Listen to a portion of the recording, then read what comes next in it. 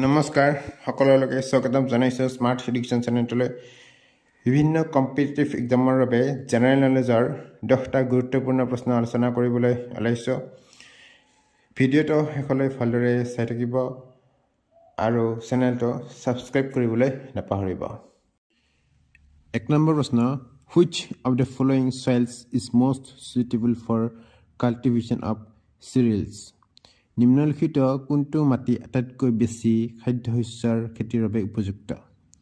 শুদ্ধ উত্তৰটো হ'ল এ এলুভিয়েল সয়েলছ বা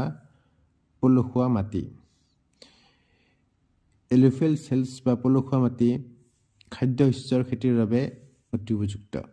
আৰু এই মাটিত পটাছ ফসফৰিক এসিড আৰু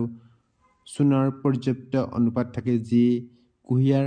ধান ঘেঁহু আৰু অন্যান্য খাদ্যশস্য আৰু মাহজাতীয় শস্যৰ বাবে অতি উপযুক্ত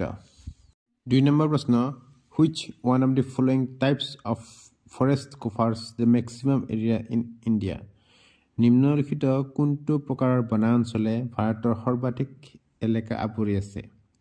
শুদ্ধ উত্তৰটো হ'ল বি ট্ৰপিকেল ময়েষ্ট deciduous forest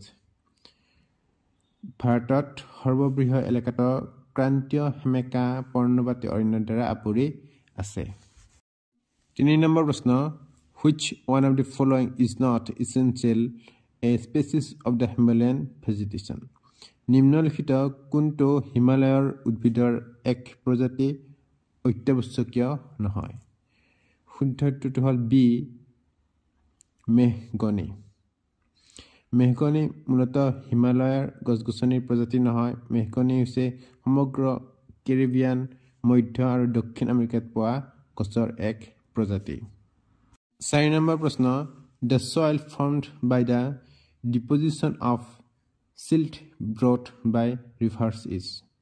নদীৰ দ্বাৰা অনা পলস জমা হোৱা ফলত সৃষ্টি হোৱা মাটি হল শুদ্ধ উত্তৰটো হ'ল এ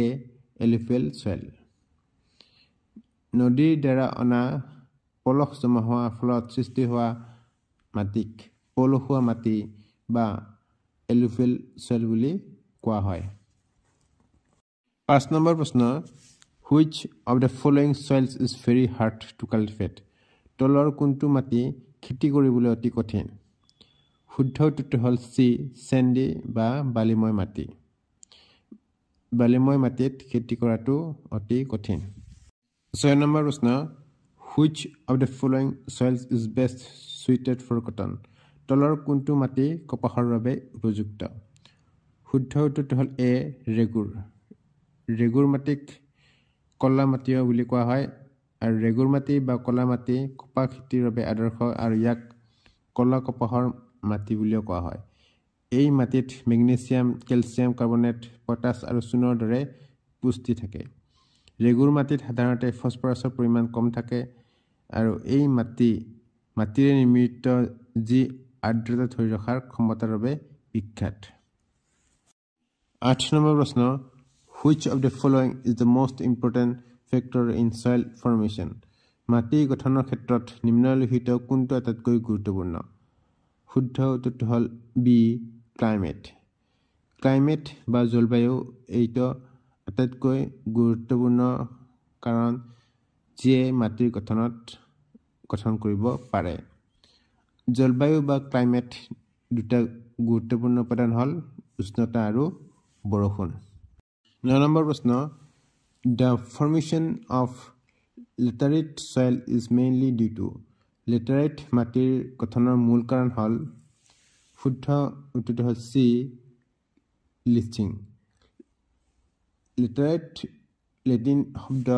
লেটাৰৰ পৰা উদ্ভৱ হৈছে যাৰ অৰ্থ হৈছে ব্ৰিক্স বা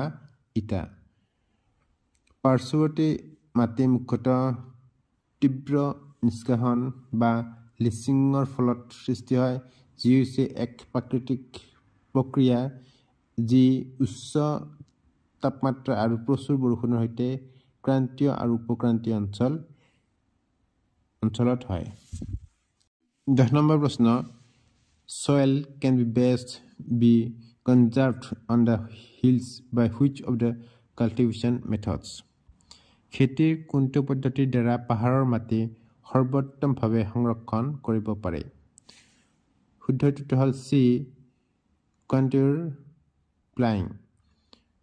কণ্ট্যুৰৰ প্লাইং বা কণ্ট্যুৰ হাল বোৱা হৈছে এনে পদ্ধতি যিবোৰ পাহাৰৰ ঢালত মাটিৰ ক্ৰয় নিয়ন্ত্ৰণ কৰিবলৈ ব্যৱহাৰ কৰিব পাৰি। শিলৰ বান্ধ আৰু আশ্ৰয়স্থলী নিৰ্মাণ, মালচিং